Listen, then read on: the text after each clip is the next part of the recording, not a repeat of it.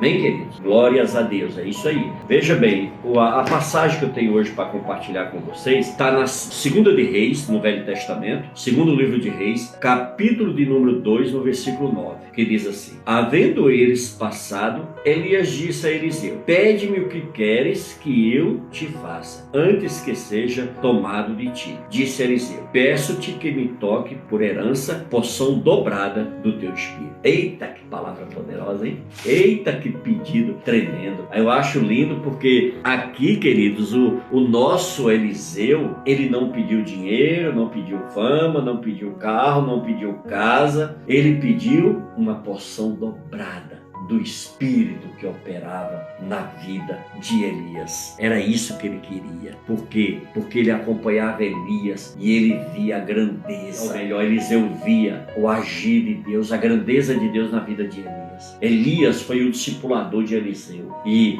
Deus iria tomar Elias e iria arrebatar Elias. Viria uma carruagem de fogo e tiraria Elias da terra e levaria Elias ao Senhor. No momento que esse evento acontecesse em diante, quem estaria agora como profeta, como instrumento, como canal de Deus para interceder pelo povo seria Eliseu. Olha que coisa tremenda. Por isso que o nosso tema hoje é: o que queres que eu te faça? Muitas vezes a gente não sabe nem o que pedir, né? Às vezes a gente está tão incrédulo, a gente está tão frio, tão mal espiritualmente, que a gente não sabe nem pedir, não tem nem força para pedir. Não, eu não vou pedir nada para Deus, vou só agradecer. Queridos, o Senhor se alegra com tuas petições. O Senhor gosta de ouvir você pedir. Ele tem prazer em abençoar os seus filhos. Ele tem prazer em dar presente para seus filhos. Olha como é bom quando a gente chega, né? Isso geralmente na nossa cultura aqui no nosso país acontece muito no Natal, né? Em dezembro, mês de dezembro, da gente comprar presente, da gente dar esses presentes para as pessoas que nós amamos. E é isso nos alegra, nos traz uma felicidade, nos traz uma paz tão grande, né? Entendeu? Então esse é o desejo de Deus. Deus se alegra, Ele quer cuidar de cada um de nós, mas para isso a gente tem que deixar, a gente tem que pedir a Deus, a gente tem que clamar. O Senhor, Ele já sabe, a palavra dele diz lá no Salmo 139, que a palavra nem chegou à nossa língua, Ele já sabe o que vamos falar. Então Deus, Ele conhece todas as nossas necessidades, mas Ele quer ouvir de mim e de você. Ele quer que nós venhamos conversar com Ele. Ele quer que nós venhamos abrir o nosso coração para Ele. Por isso que hoje nós estamos aqui para isso. O Senhor trouxe essa interrogação no nosso coração. O que queres que eu te faça? De todas as coisas que nós podemos pedir a Deus, o que é que você pediria? Jesus disse que tudo quanto pedides em oração, crendo, recebereis. Está lá em Mateus 21, 22. Então veja bem, o que você pediria para Deus agora nesse momento? Não responda para mim, responda para Ele. O que você quer de Deus? Responda para Ele, porque Ele é o único que pode suprir todas as necessidades da sua vida. Porque então, muitas vezes, nós não recebemos o que pedimos. Sabe o que acontece? Tiago 4, no versículo 3, ele nos ensina sobre isso. Ele diz: ó, pedis e não recebereis, porque pedis mal, para esbanjares em vossos prazeres. Então aqui o Tiago está dizendo que nós pedimos mal, que a gente muitas vezes não recebe, as nossas orações não são atendidas, não são respondidas, porque muitas vezes são petições egoístas. Nós agimos de forma egoísta, nós queremos sempre o melhor, nós muitas vezes pensamos em nós, no nosso eu. Então um pedido muitas vezes é egoísta, a gente pensa em nós, não é verdade? Muitas pessoas não pedem corretamente como Tiago e João, que pediram para se assentar ao lado de Jesus como privilégio sobre os outros. Está lá em Marcos 10, 35 a 40. Os dois queriam se assentar ao lado de Jesus. Olha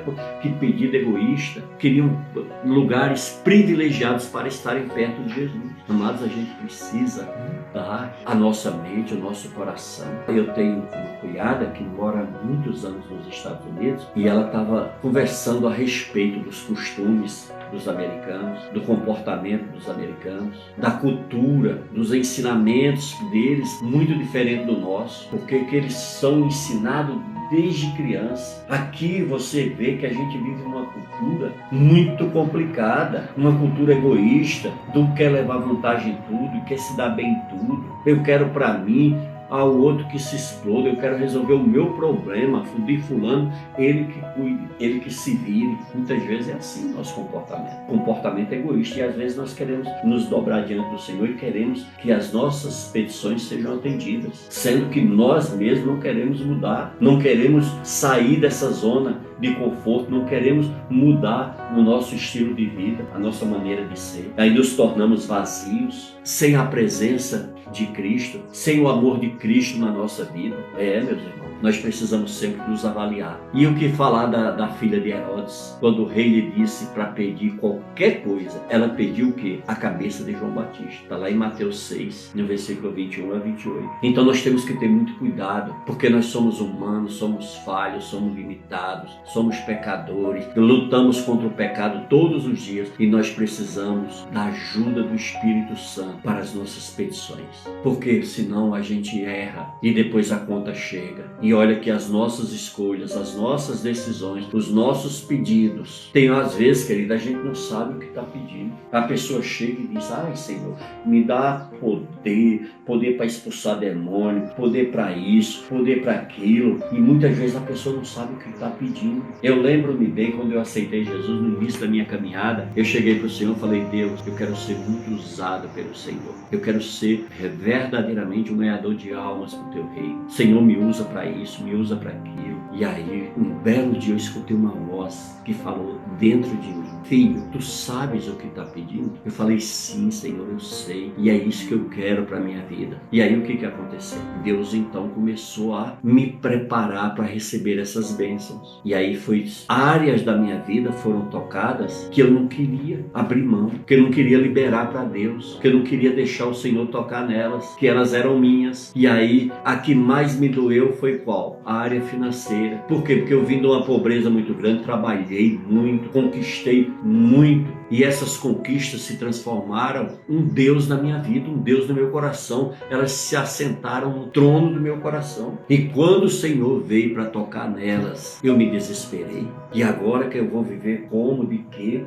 Para quê? Eu passei minha vida toda para construir isso e agora eu perdi. O que vai ser da minha vida agora? E eu desesperado, eu fui para os pés do Senhor e falei: mas Pai, isso não, eu não posso perder isso não pode sair da minha vida, porque como que eu vou viver? E aí o Senhor falou ao meu coração: filho, lembra quando tu pedisse que queria ser um vaso, que queria ser usado, que queria ser um instrumento nas minhas mãos? Lembra-me, Senhor. Pois é, então é necessário antes eu te preparar para tudo isso que você quer. Meus queridos, não é fácil. A gente vem do mundo muito contaminado. A Bíblia diz que o mundo jaz no maligno. O Senhor diz: no mundo tereis aflições. Mas a gente acaba se apegando muito a esse mundo, que a gente não quer ir embora dele mais nunca. Se dependesse da nossa escolha, a gente ficaria aqui para toda a vida, nesse sofrimento, convivendo com doença, uma série de adversidades nas nossas vidas, quando o Senhor tem coisa muito maior e muito melhor para as nossas vidas. Entendeu, queridos? Então precisamos, em nome de Jesus, entender o que é que nós queremos de Deus. Nós precisamos sim tomar posse de tudo que o Senhor tem para nós. Eu não abro mão das promessas que Deus tem para mim. Eu não abro mão das bênçãos que o Senhor tem na minha vida, na vida da minha família. Eu não abro mão.